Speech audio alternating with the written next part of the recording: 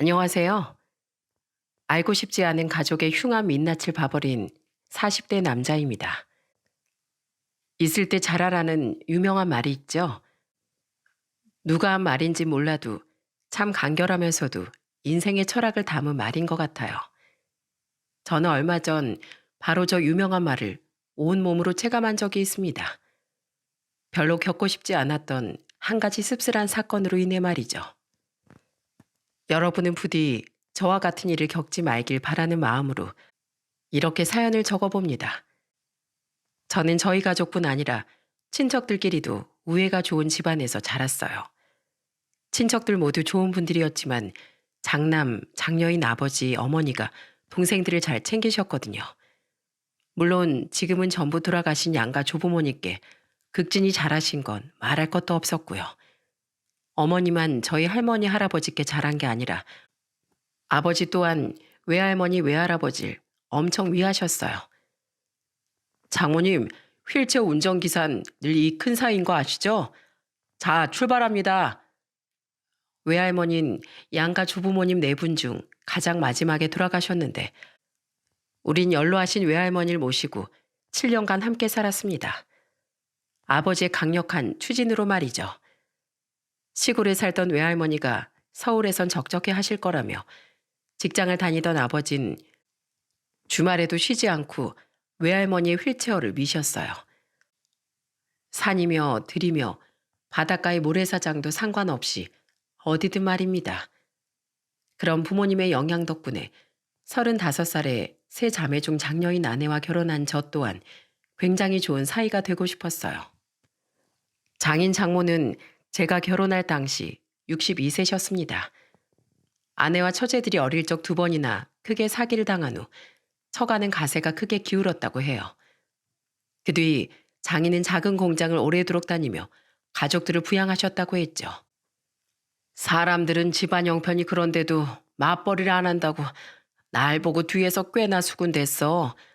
아휴, 모르는 소리지.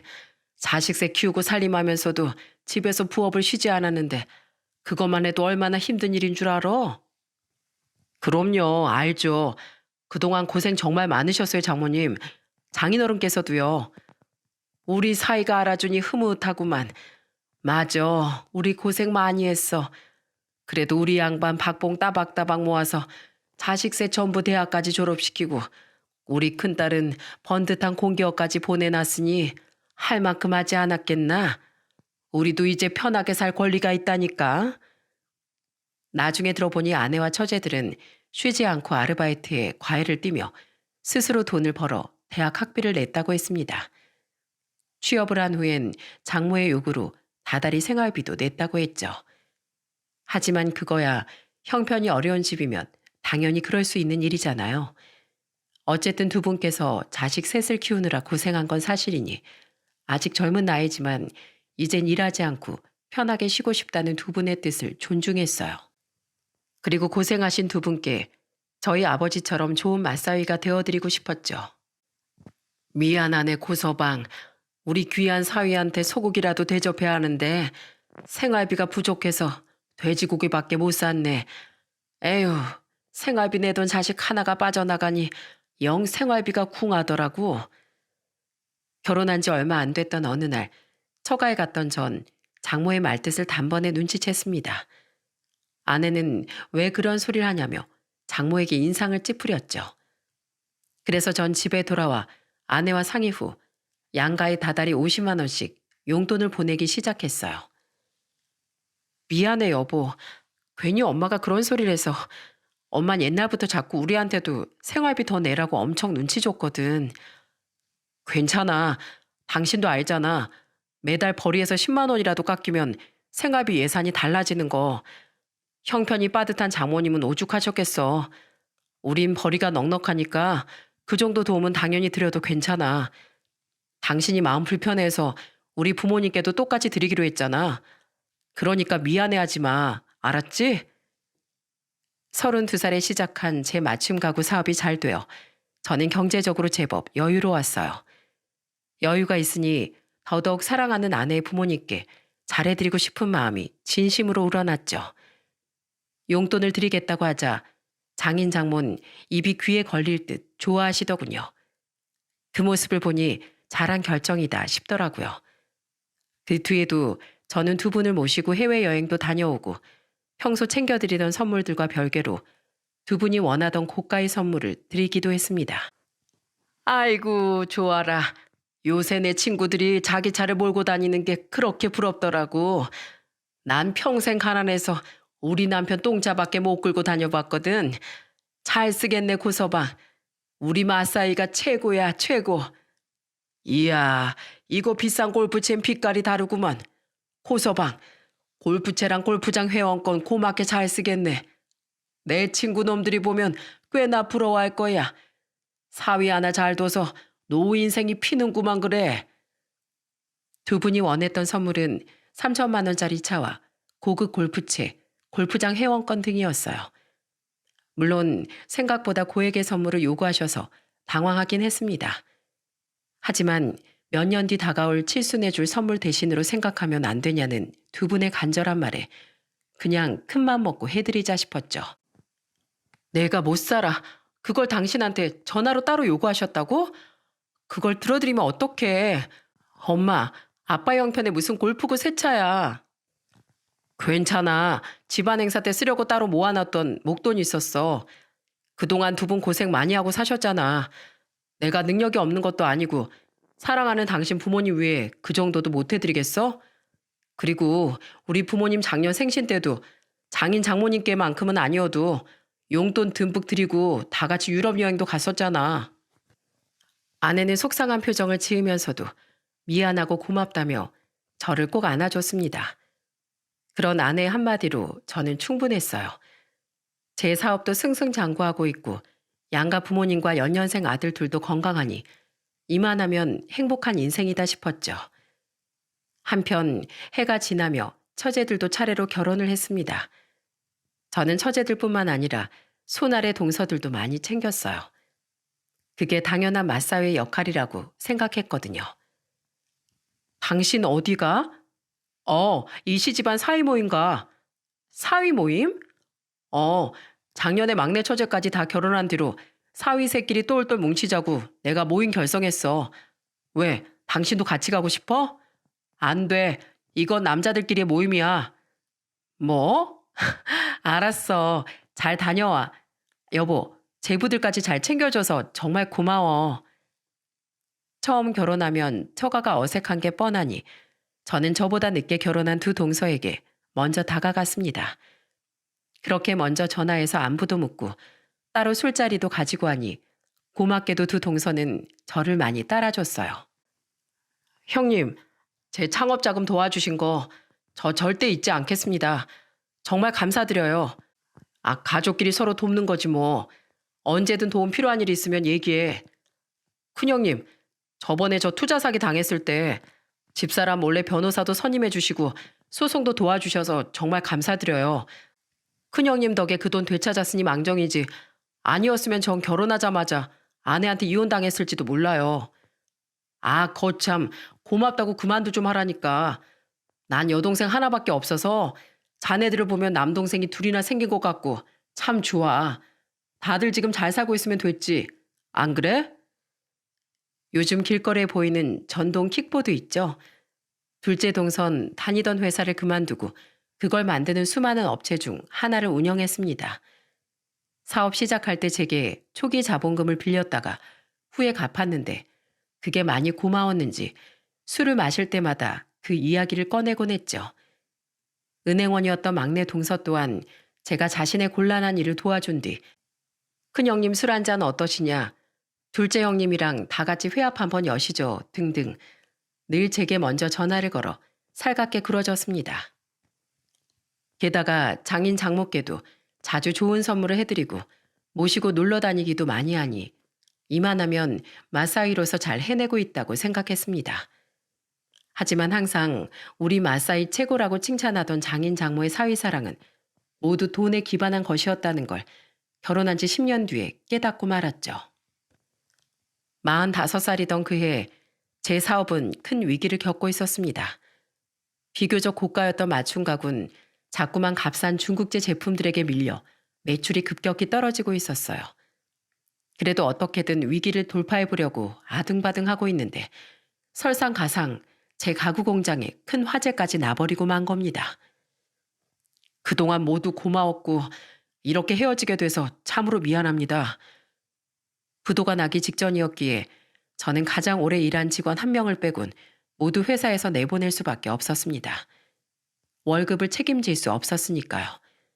하지만 여기서 무너질 수는 없었기에 저는 사방팔방을 뛰어다니며 어떻게든 사업을 붙잡으려고 노력했어요.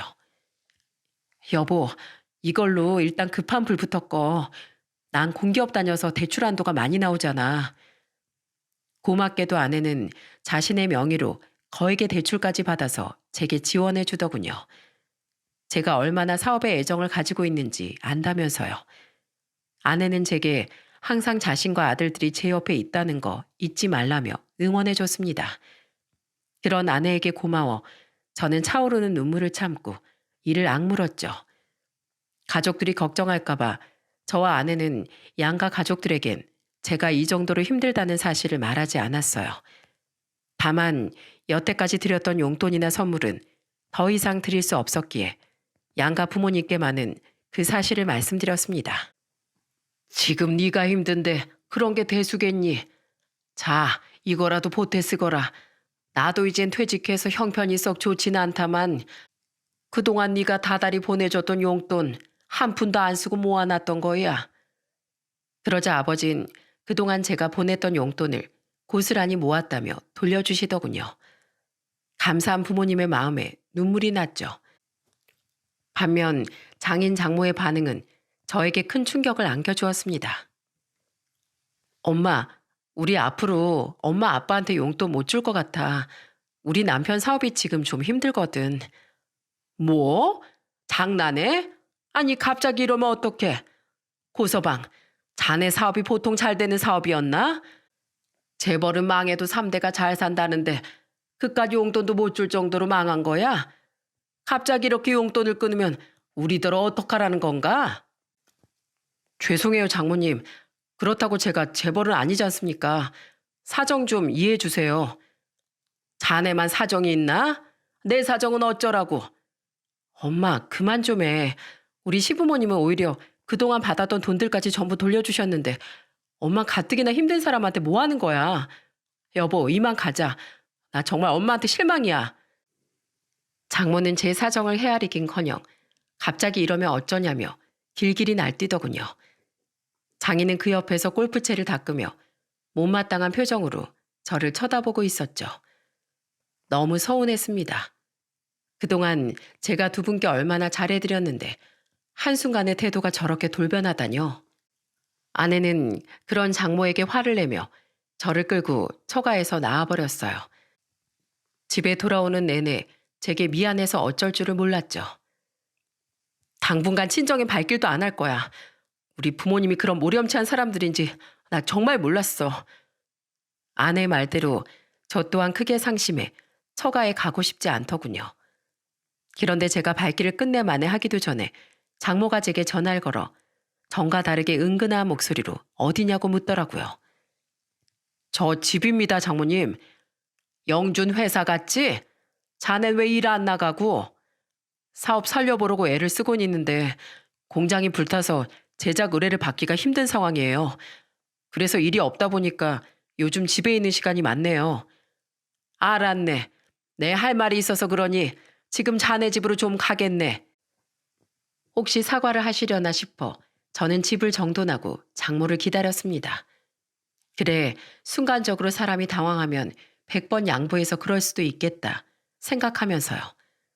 하지만 집에 찾아온 장모 입에서 나온 말은 저를 또 한 번 실망시켰죠. 자네도 우리 집 형편 잘 알지 않나? 평소 주던 선물은 고사하고 용돈까지 끊어버리면 우리가 아주 곤란해. 정 돈이 없으면 대출이라도 받아서 우리 용돈 좀 한 1년치 선불 좀 해주게. 그래봤자 그거 얼마 안 되잖아. 어? 영주 고년 성격에 내 말 들으면 길길이 날뛸까봐 내 이렇게 몰래 찾아온 거야. 우리 고서방은 착하잖아. 장모님, 저 정말로 돈 없어요. 대출이라뇨. 지금 저랑 제 아내 앞으로 있는 대출만 해도 산더미예요. 아, 진짜 이렇게 나올 거야? 내가 우리 딸을 얼마나 힘들게 키워서 공기업 직원까지 만들어놨는데 딸 키운 덕 좀 보고 살려고 했더니만 고작 용돈 50만 원으로 날 서운하게 만들어? 잔말 말고 내놔. 안 그럼 나 가만히 안 있을 거네. 정말 너무하시네요. 제가 그동안 두 분께 얼마나 잘했는데 장모님 말대로 고작 용돈 50만 원 때문에 이렇게 상처를 주세요? 힘들어하는 전 장모님 눈에 보이지도 않는 건가요? 장모님은 제가 돈으로밖에 안 보이십니까? 근데 이게 어디 장모한테 어디다 대고 따박따박 말대꾸야? 쫄딱 망했으면 죄송합니다 하고 납작 엎드려 빌기라도 할 것이지. 너 내가 내 딸하고 이혼시킬 거야? 황당하게도 장모는 제게 또다시 용돈을 요구하려고 찾아왔던 겁니다. 결국 서운함이 폭발한 제가 소리치니 장모는 물컵에 있던 물을 제 얼굴에 뿌려버리더군요. 그리고 씩씩대며 저희 집을 나가버렸죠. 정말 오만정이 다 떨어졌습니다. 화장실 들어갈 때 나올 때 다르다더니 웃는 얼굴 뒤에 숨겨진 이면이 저렇게 추악한 사람일 거라곤 상상조차 하지 못했었죠. 저는 학교 간 아이들이 오기 전 물에 젖은 거실 테이블과 바닥을 전부 닦았어요. 그런데 젖은 천 소파만은 어떻게 말릴 수가 없더라고요. 아니나 다를까 회사를 갔다 돌아온 아내는 저를 보며 이게 뭐냐고 묻더군요. 잠시 망설이던 전 어차피 언젠가 말할 일이다 싶어 낮에 일을 말해주었죠. 뭐? 엄마가? 당신한테 미안한데 난 이제 장모님 얼굴 볼 자신이 없어. 나 정말 상처받았거든. 앞으로 내 사업이 완전히 망하든 다시 재개하든 난 더 이상 두 분께 아무것도 안 해드릴 거야. 그걸 말이라고 해? 안 되겠어. 나 친정 좀 다녀올게. 잔뜩 화가 난 아내는 곧장 처가로 달려갔습니다. 그리고 얼마 뒤 돌아온 아내 손엔 그동안 제가 선물했던 장모의 명품백과 옷, 구두들, 그리고 장인의 명품 시계와 벨트, 골프채 등이 잔뜩 들려 있었죠. 고마운 줄도 모르는 사람한테 이런 건 다 사치야. 잘 됐어. 이거 다 팔아서 당신 사업 자금에 조금이라도 더 보태자. 차까지 뺏어오고 싶었는데 그거 명의 때문에 못했어. 그래도 내가 친정 단단히 뒤집어 엎고 왔어. 미안해 여보. 그 착한 사람이 오죽 화가 났으면 자기 부모한테 그랬을까 싶어 고맙기도 하고 한편으론 위로가 되기도 했습니다. 그 뒤 장모는 제게 이거 다 자네가 시킨 짓이지? 정말 치사하구먼. 돈이 없으니 사람이 저렇게 옹졸해지지. 하고 비아냥거리는 문자를 보냈더군요. 저는 그 문자를 보자마자 조용히 삭제 버튼을 눌러버렸죠. 그렇게 처가의 발길을 끊고 사업을 살리기 위해 고군분투하는 메일을 보내고 있던 어느 날 두 동서가 저를 밖으로 불러냈어요. 형님, 사업이 많이 힘드시다면서요. 공장에 불까지 나고요. 그걸 왜 저희한테 말씀 안 하셨어요? 맞아요, 큰형님. 장인어른 생신인데 형님하고 큰처형이 안 오셔서 여쭤봤더니 장모님이 형님이 쫄딱 망해서 자기가 선물한 명품들 죄다 가져갔다고 치사한 놈이라면서 얼마나 뒷담화를 하던지 나중엔 아주 귀가 따갑더라고요. 그 얘기 아니었으면 저흰 형님이 힘드신 것도 몰랐을 거예요. 처제들은 아내에게 전화해 장모와 저 사이에 무슨 일이 있었는지 물었다는군요. 그때 제 사업에 관한 얘기와 장모의 만행을 처제들과 동서들도 모두 알게 된 거죠. 동서들은 제게 갑자기 사과를 했습니다. 죄송해요, 형님. 저희가 무슨 도움이 되고 싶은데 제 사업도 지금 좀 어려운 시기라서요. 저도요, 큰형님. 하필 제 동생이 집안 사정 때문에 저한테 몇 달 전에 억 단위로 돈을 빌려갔거든요. 갚기로 한 기간이 3년 뒤라 저도 목돈이 없네요. 정말 죄송해요. 자네들이 왜 죄송해? 도와주면 고마운 거지. 그게 당연한 것도 아니고. 그래도 이렇게 불러서 위로해줘서 고마워. 우리 동서들이 최고네. 저는 그런 동서들에게 괜찮다며 웃어 보였습니다. 그 뒤 처제들도 제게 따로 전화해 장인 장모의 일을 사과했죠. 그렇게 사업이 힘들어진 지 거의 8개월 정도가 지난 어느 날이었어요. 처가와 사이가 틀어진 후 처음 맞는 명절 전날 아주 오랜만에 장모에게서 전화가 왔더군요. 우리 가족은 음식을 하러 저희 부모님 댁에 미리 가 있었죠. 솔직히 할 말도 없는데 받지 말까 싶었습니다. 하지만 제게 미안한 마음에 저희 부모님께 훨씬 더 잘하려던 아내 얼굴이 눈에 밟혀 하는 수 없이 전화를 받았어요. 배우자의 부모님을 완전히 무시하는 일이 생각보다 쉽지가 않더라고요. 그리고 그 전화에서 장모는 가뜩이나 좋지 않던 제 감정을 더더욱 나쁘게 만들었죠. 네, 장모님. 자네 아직도 쫄딱 망한 그 사업 붙잡고 늘어지고 있다며? 아유, 한심하긴. 그 말 하려고 전화하셨어요? 아니, 자네 내일 안 올 거지? 내 생일에도 자네 장인 생일에도 안 왔잖나. 네, 안 갈 거예요. 그래, 절대 오지 마. 내가 부모 자식 연 끊을 거 아니면 영주한테 놓으라고 말해놨으니까 내 딸한테 부모 빼앗고 싶지 않으면 그건 막지 말게. 장모는 자기 할 말만 하고 전화를 뚝 끊어버리더군요. 원래도 갈 생각이 없었지만 정말 기분이 더러웠죠. 마침 방에 들어오며 그 통화 내용을 들은 아내는 노발대발을 하더라고요. 계속 나한테 명절에 오라고 전화를 해대더니 당신한테 전화해서 그런 소리를 했단 말이야? 명절에 친정 안 가려고 했는데 안 되겠어. 내가 가서 단단히 뒤집어 엎고 올게. 그리고 나도 더 이상 엄마 안 볼 거야. 사람이 사람한테 정말 이러면 안 되지. 미안해, 여보. 저희 부모님이 행여나 들으실까 장모에게 당장 전화하겠다는 아내를 막았습니다. 그러자 아내는 다음날 친정에 가서 속이라도 풀리게 한바탕 뒤집어 엎고 오겠다고 하더라고요. 성민아, 사람은 누구나 한 번쯤은 낭떠러지 앞에 서는 법이야. 위축되지 말고 항상 당당하게 어깨 펴고 다니거라. 사돈들께 안부 전해주고.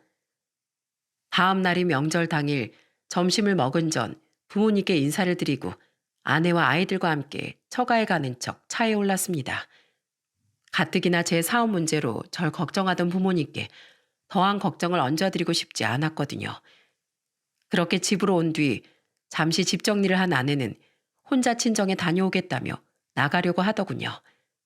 그런데 생각해보니 뭔가 느낌이 이상했어요. 근데 왜 장모님은 굳이 나한테 전화까지 해서 나만 오지 말라고 한 거지? 생각해보니까 이상해. 어제 통화 내용 말이야. 나한테 오지 말라고 약 올리려고 전화한 게 아니라 내가 오는지 안 오는지 확인하려고 하는 것 같지 않았어? 제 말에 아내도 갸웃하더군요. 생각할수록 뭔가가 있는 것 같았죠. 그래서 우린 잠시 아이들에게 집을 보고 있으라고 부탁하곤 둘이서만 처가로 향했습니다. 당시 아이들은 10살, 9살이었는데 혼자서 학원도 잘 가고 낮에 몇 시간 정도는 자기들끼리 집에서 얌전히 잘 놀곤 했거든요. 물론 휴대폰은 꼭 옆에 잘 두고 있으라는 말도 잊지 않았죠. 오랜만에 처가로 향하는 길에 왜 이렇게 심장이 두근대던져. 지금 생각해보니 그땐 마치 제 본능이 곧 제게 닥칠 경악할 상황을 대비하기 위해 미리 제 심박수를 높여놓았던 것 같아요.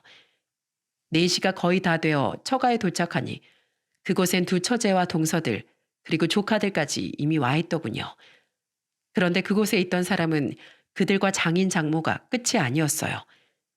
저희가 도착하기 바로 직전에 도착했는지 웬 남자 하나가 막 코트를 벗고 있더라고요. 어? 너? 그런데 아내는 그 남자를 잘 아는 듯 눈이 휘둥그레졌습니다. 그리고 전 두 처제가 자기들끼리 소곤거리는 소리를 들어버리고 말았죠. 뭐야, 저 오빠 예전에 큰언니 짝사랑해서 엄청 따라다녔던 사람 아니야? 맞네. 재작년에 이혼했다던 엄마 친구 아들. 그 비뇨기과 의사라고 그랬지? 근데 저 오빠가 여기 왜 온 거야? 몰라. 엄마가 불렀다던데? 아내를 짝사랑했다던 능력 있는 이웃남, 장모의 친구 아들. 그 말을 듣는데 장모가 절 오지 말라고 했던 이유가 뭔지 알겠더군요. 너무 끔찍한 생각이라 설마 했는데 그런 제 생각을 저를 보며 똥 씹은 표정이 된 장모가 확인 사살 시켜주더라고요. 우리 장서방 왔어?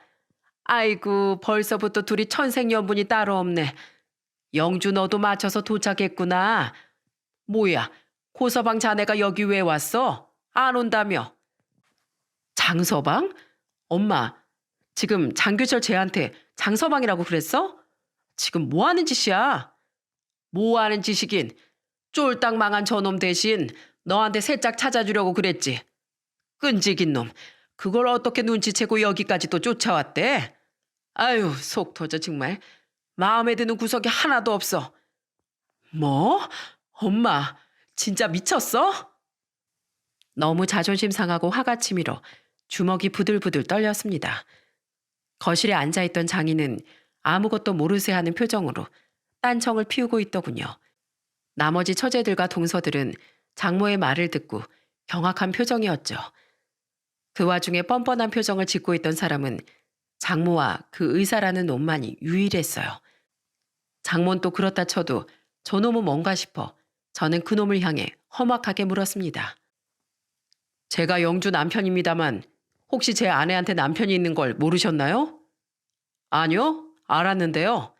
근데 어차피 쫄딱 망했다면서요. 능력 없으면 아내를 보내줘야죠. 당신처럼 밑바닥으로 떨어진 사람한테 영주 같은 여잔 너무 아깝지 않습니까? 전 이혼해서 호적도 깨끗하고 능력도 있어요. 게다가 장모님 허락까지 미리 받았다고요. 그러니까 이렇게 가족 모임에 인사드리러 왔죠. 남자라면 이만 영주 놓아주시죠.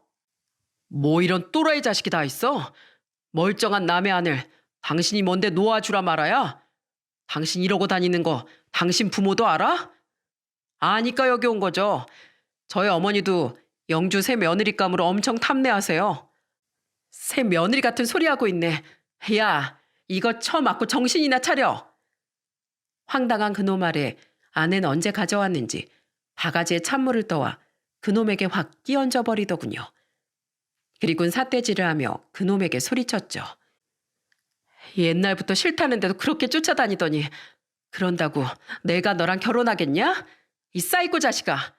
그 머리로 의사는 어떻게 됐냐? 어? 어딜 감히 내 남편한테 그딴 되먹지 못한 소리를 해? 너 내 눈에 한 번만 더 띄면 그때 네가 저 찬물처럼 바닥에 널브러져 있을 줄 알아. 꺼져. 꺼지라고. 영주야, 아직도 내 진심을 모르겠어? 난 결혼했을 때도 오직 너뿐이었어. 저는 끝까지 헛소리를 늘어놓는 그놈의 목덜미를 낚아챘습니다. 그리고 냅다 현관문 바깥으로 내동댕이 쳤죠. 그놈의 외투와 신발도 함께 말입니다. 그리고 무시무시한 표정으로 장모를 노려보며 말했어요. 제가 살다 이런 모욕을 다 겪어보네요. 이런 말도 안 되는 짓거리를 하려고 절 못 오게 하셨어요? 그깟 돈 때문에요? 당신이 그러고도 사람입니까? 꼴 같지 않은 욕심 부리는 건 바로 자네야.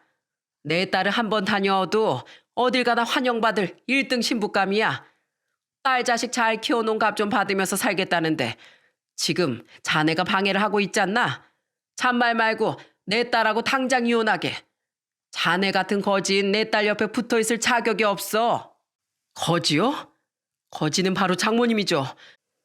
얼마나 장사할 게 없으면 딸을 가지고 장사를 하려고 듭니까? 그렇게 돈이 필요하면 직접 나가서 일을 해야죠. 저뿐 아니라 동서들한테도 다달이 50만 원씩 용돈 받고 있는 거 제가 모를 줄 알아요? 좋은 마음으로 해줬으면 받는 사람 마음도 고와야지. 어떻게 사람을 공짜 ATM 기계에 취급합니까? 장모님한테 잘해드린 지난 시간이 너무 아깝네요. 그렇게 살다간 언젠가 모두에게 버림받을 겁니다. 그리고 꼭 천벌받을 거예요. 내 딸들이 얼마나 효녀인데 우리 영주만 해도 자네 편든다고 안 오다가 내가 오라고 하니까 이렇게 쪼르르 온 것 좀 봐. 망했으면 엄한 데서 자존심 부리지 말고 썩 나가. 그만하세요 장모님. 형님께 해도 너무하시잖아요. 장모와 소리를 지르며 다투는데 정말 사람이 그렇게 추악해 보일 수가 없더군요. 그런데 그때 둘째 동서가 제 편을 들며 장모에게 소리쳤습니다. 그리고 그 뒤로 막내 동서뿐 아니라 처제들까지 제 편을 들며 들고 일어났어요. 김서방, 자네 지금 나한테 소리친 건가? 안 그래도 장인 장모님 참 너무하다 싶었는데 그래도 장인 장모님이라고 저랑 안서방이랑 꾹 참고 있었어요. 근데 이건 더는 못 봐주겠네요. 장모님 정말 너무하신 거 아닌가요? 세상에 형님처럼 잘하는 사이가 어디 있습니까? 그런 형님이 이렇게 힘든 상황에 위로해주지 못할 망정 사람을 버려버리려고 들어요? 자기한테 돈 안 준다고? 그럼 저도 안서방도 망하면 똑같이 이 집에서 사람 취급 못 받겠네요. 그런 사람들한테 우리가 용돈까지 주면서 효도를 해야 합니까? 어차피 필요 없어지면 팽당할 거? 김서방, 난 그게 아니긴요. 저희 눈앞에서 아주 똑똑히 알려주셨는데요. 맞습니다, 장모님. 이건 인간으로선 절대 해서는 안 되는 파렴치한 짓이에요. 정말 장모님께 오만정이 다 떨어졌습니다. 전 큰형님 따라서 앞으로 처가에 절대 안 올 거예요. 이 집에서 사위란 존재는 자식이 아니라 장인 장모님 사리사욕 채워주는 도구일 뿐이라는 걸 분명히 알았으니까요. 엄마, 진짜 추하다. 왜 그래 정말. 우리 다 갈 거야. 언니, 영은아, 가자. 아휴, 엄마 진짜 너무 멀리 갔다. 엄마한테 실망이야. 그러더니 두 처제와 동서들은 다들 가자며 조카들을 데리고 나가더군요. 상황이 불리해 보이자 처음부터 끝까지 입을 꾹 닫고 있던 장인은 다급하게 말했죠. 난 그놈 부르는 거 반대했었다. 니들 엄마가 혼자 한 짓이야. 아빠도 그럼 다 알고 있었단 소리잖아. 그리고 엄마가 내 남편 구박할 때 아빠도 우리 남편 같이 노려보지 않았어? 아빠도 똑같아. 나 이제 엄마 아빠 다 안 봐. 엄마 아빠가 내 부모라는 게 창피하다고. 난 이제 내 남편하고 아이들만 보고 살 거야. 여보 얼른 가자. 다들 제 편을 들며 나가버리자 장모는 당황한 기색이 역력했습니다. 저는 울상이 된 장인을 한 번 훑어보곤 장모에게 이렇게 말하며 처가를 마지막으로 나와버렸어요. 두 분 정말 그렇게 살지 마십시오. 그리고 장모님, 그 효녀라는 딸들까지 저렇게 뒤돌아서게 만들고 정말 대단하시네요. 자기 무덤을 판 사람은 바로 장모님이니까 또다시 저에게 연락해서 비아냥대지 마세요. 어차피 장모님 번호 이미 차단했으니까 헛수고겠지만요. 고서방, 잠깐만. 그제야 장모는 다급히 절 불렀지만 저는 뒤도 돌아보지 않았습니다. 그날 다들 저를 위로해 주겠다며 동서와 처제들은 저희 집으로 몰려왔어요. 애들은 애들끼리 놀게 두고 우리끼리 술 한 잔씩 하는데 다들 연거푸 한숨을 쉬며 이게 무슨 난리냐고 푸념했죠. 형부, 정말 죄송해요. 저희도 저희 엄마가 저런 사람인지 정말 몰랐어요. 됐어. 아까부터 죄송하다는 말을 몇 번이나 해. 그만해도 돼, 처제. 처제들 잘못도 아니잖아. 이건 정말 말도 안 되는 일이에요, 형님. 저 정말 아까 온몸에 소름이 다 돋았잖아요. 사위들을 물러보는 것도 정도가 있죠. 저도 안서방도 두 번 다시 처가에 발길도 안 할 거예요. 특히 동서들은 장모의 모습에 치를 떨고 있었어요. 속이 많이 상했는지 웬일로 술에 취한 아내는 저를 붙잡고 계속 미안하다며 흐느끼기까지 했죠. 그리고 늦은 시간까지 저와 셋이 남아있던 두 동서는 제게 놀라운 말을 해주더라고요. 저 형님, 안 그래도 조만간 제가 따로 연락드리려고 했었는데요. 나한테? 네, 제 사업이 요새 형편이 꽤 폈어요. 그래서 형님 공장 다시 지을 수 있는 돈 제가 빌려드릴 수 있을 것 같아요. 뭐? 정말이야? 자네 너무 무리하는 거 아닌가? 사업하는 사람은 자금 빠듯하게 유지하면 안 돼.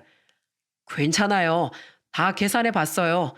다른 사람도 아니고 형님이 힘든데 당연히 제가 발벗고 나서야죠. 사정이 너무 안 좋아서 형님 못 도운 게 마음에 걸렸는데 이렇게 도울 수 있게 돼서 전 오히려 좋은데요. 둘째 동서는 불에 타버린 공장을 새로 지을 수 있도록 자신이 돈을 빌려주겠다고 했습니다. 너무 큰 돈이라 주위의 도움을 청할 엄두조차 나지 않았는데 그 말은 정말 한 줄기 동아줄처럼 빛이 났죠. 그리고 막내 동서 또한 둘째 동서에 이어 제게 좋은 소식을 전해줬어요. 큰형님, 저는 비록 돈은 없지만 다른 지점하고 다른 은행에 있는 지인들한테까지 전부 연락해서 방법을 좀 찾아봤어요. 지금 받으신 대출보다 훨씬 저렴한 금리로 받을 수 있는 대출이 몇 개 있더라고요. 서류만 준비하시면 제가 도와드릴게요. 다달이 나가는 대출 이자만 해도 한두 푼이 아니라 너무 힘들었는데 막내 동서의 말이 어찌나 고마웠는지 모릅니다. 동서들의 따뜻한 마음이 느껴지기도 하고 막막했던 현실에 빛이 보이는 것 같아 갑자기 눈물이 났어요. 정말 고맙네, 고마워. 내가 자네들한테 이렇게 큰 도움을 받아도 될는지. 에이, 형님이 자주 하시는 말씀 있잖아요. 가족끼리 서로 돕는 게 당연하다는 거요. 맞아요, 큰형님. 우린 형님이 잘 되는 모습 보는 것만으로도 충분합니다. 우린 형제나 다름없는 사이잖아요. 근데 우리 형님 눈물도 흘릴 줄 아시네요. 맨날 강한 분인 줄로만 알았는데 이거 정말 영광입니다. 동서들은 저를 달래며 농담까지 던졌습니다. 그날 우리 세 사위는 밤새도록 술잔을 기울이며 우정을 다졌죠. 이후 저는 두 동서의 도움으로 대출 이자를 줄이고 공장을 새로 짓기 시작했어요. 그런데 두 동서의 조력에 이어 희망은 계속해서 찾아왔습니다. 고 사장, 공장 다시 짓고 있다며? 그럼 그때부터 다시 제작 주문 받나? 예, 사장님, 당연하죠. 잘 됐네. 주문 받을 수 있을 때 말해줘. 우리 건설사 찾아오는 고객들 많이 소개시켜 줄 테니까. 감사합니다, 사장님. 정말 감사합니다. 사장님, 저 최 과장입니다. 잘 지내셨죠? 이번에 공장 다시 짓고 계시다면서요? 벌써 소문 다 났어요. 저 지금 다른 가구 회사에서 일하고 있긴 한데 사장님이 다시 받아주신다면 사장님 회사로 들어가고 싶습니다. 월급은 나중에 회사 다시 잘 되면 올려주셔도 괜찮아요. 이 바닥에서 돈만큼 중요한 게 의리 아니겠어요? 사장님, 잘 지내셨어요? 제가 가격 때문에 값싼 업체를 골랐었더니 영 품질이 마음에 안 들더라고요. 좀 비싸더라도 수준 있는 사장님네 가구가 최고라는 걸 다시 느꼈다니까요. 제작 주문 지금 안 받던데 언제부터 다시 받으세요? 전에 교류가 있던 거래업체 사장님들, 단골 고객님들, 그리고 눈물을 머금고 회사에서 내보내야 했던 직원들까지 하나둘 연락이 오며 제게 도움의 손길을 보태주더라고요. 제가 잘못 살진 않았구나 싶어 눈물이 멈추지 않았습니다. 그렇게 모두의 도움 속에 바늘구멍만 하던 희망이 커지기 시작했죠. 여보, 잘 됐어. 정말로. 거봐, 내가 잘 될 거라고 했지? 그동안 고생 많았어. 기다려줘서 고마워, 여보. 이게 다 그동안 기다려준 당신 덕분이야. 당신 아니었으면 난 진작 무너졌을 거야.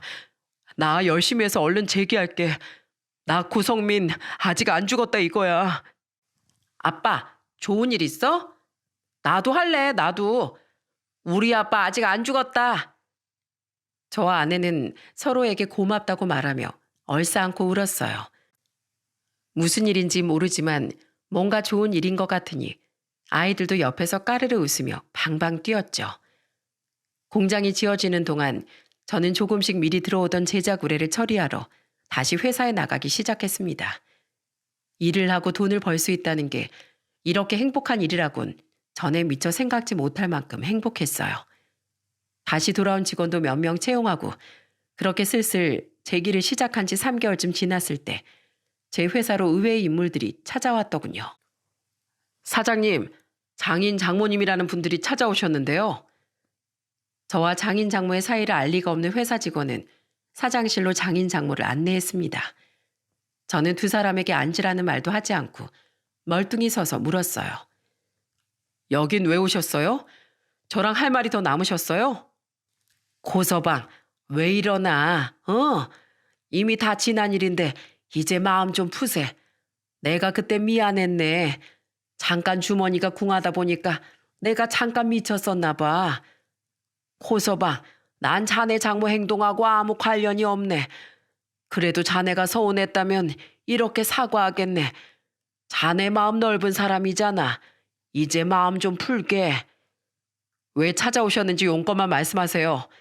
전 멀쩡한 저를 두고 아내한테 남자까지 소개시켜 주려고 한 장모님을 쉽게 용서하기 힘들 것 같으니까요. 장인어른도 모른 척 하시지만 똑같은 분이라는 거 다 알고 있어요. 단호한 제 말에 장인 장모는 슬그머니 눈치를 봤습니다. 그리고 장모 입에서 나온 말에 저는 허탈한 웃음을 흘렸어요. 사람이 어찌나 이렇게 한결같을까 싶었거든요. 고서방, 내가 정말 잘못했네. 나랑 이 사람이랑 요즘 아주 죽겠어. 그날 이후로 김서방하고 안서방도 우리 전화 받지도 않어. 영주도 마찬가지고. 자네 처제들만 간간히 우리 연락을 받는데 엄마가 돌이킬 수 없는 잘못을 한 걸 뭘 어쩌냐면서 날 타박하지 뭔가. 그래서요? 근데 그것들이 치사하게 우리한테 주던 용돈까지 딱 끊어버렸지 뭐야. 사실 이 양반하고 나하고 자네가 이것저것 안 사주니까 자네가 사준 차로 담보대출 받아서 좀 썼는데 갑자기 생활비가 끊기니까 다달이 대출금 갚기가 여간 힘든 게 아니야. 난 평생 안 해보던 건물 청소일까지 하느라 허리가 다 휠 지경이네. 자네 장인도 저번 달부터 주차장 관리 일 나가고 있어. 돈이 없는데 대체 대출까지 받아서 왜 사치라는 겁니까? 사람이 있는 것에 만족하며 살 줄 알아야죠. 그래서 저한테 어쩌라는 거예요? 다 알면서 왜 그러나. 대충 들었네. 자네 사업 요즘 다시 슬슬 일어나고 있다고. 고서방, 우리한테 서운한 게 있다고 한들 그래도 우리가 영주 부모 아닌가. 우리 좀 도와주게. 70이 훌쩍 넘어서 일을 다니려니까 너무 힘들어. 다른 사위들도 다 자네 말은 잘 듣지 않나. 자네가 우리 딸들하고 사위들 마음 풀리게 말 좀 잘해주게. 그러니까 장모의 말은 일은 하기 싫고 돈은 편하게 쓰고 싶으니 자신들을 용서하고 다시 돈을 달라는 말이더군요. 뻔뻔하게도 제게 처제들과 동서들까지 설득해달라는데 기가 차서 잠시 할 말을 잃었죠. 장인은 민망한 듯 허허 웃으면서도 자네 집에 아직 내 골프채 남아있나 같은 눈치 없는 소리를 해대더라고요. 저는 그런 두 사람에게 이렇게 말하곤 등을 떠밀어 사무실 밖으로 내쫓아 버렸습니다. 돈이 없으면 차라도 파세요. 그건 적선하는 셈 치고 드릴 테니까. 전 할 만큼 했고 두 분이 절 딱 돈으로만 생각하니 저도 두 분을 부모라고 생각 안 하기로 했습니다.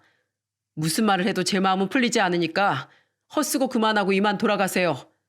그리고 이거 하나만은 명심하셨으면 좋겠네요.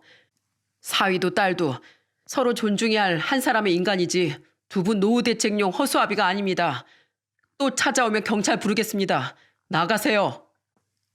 아직까지 두 사람을 보면 명절의 일이 생각나 차마 안녕히 가시라는 인사치레조차 나오지 않더군요.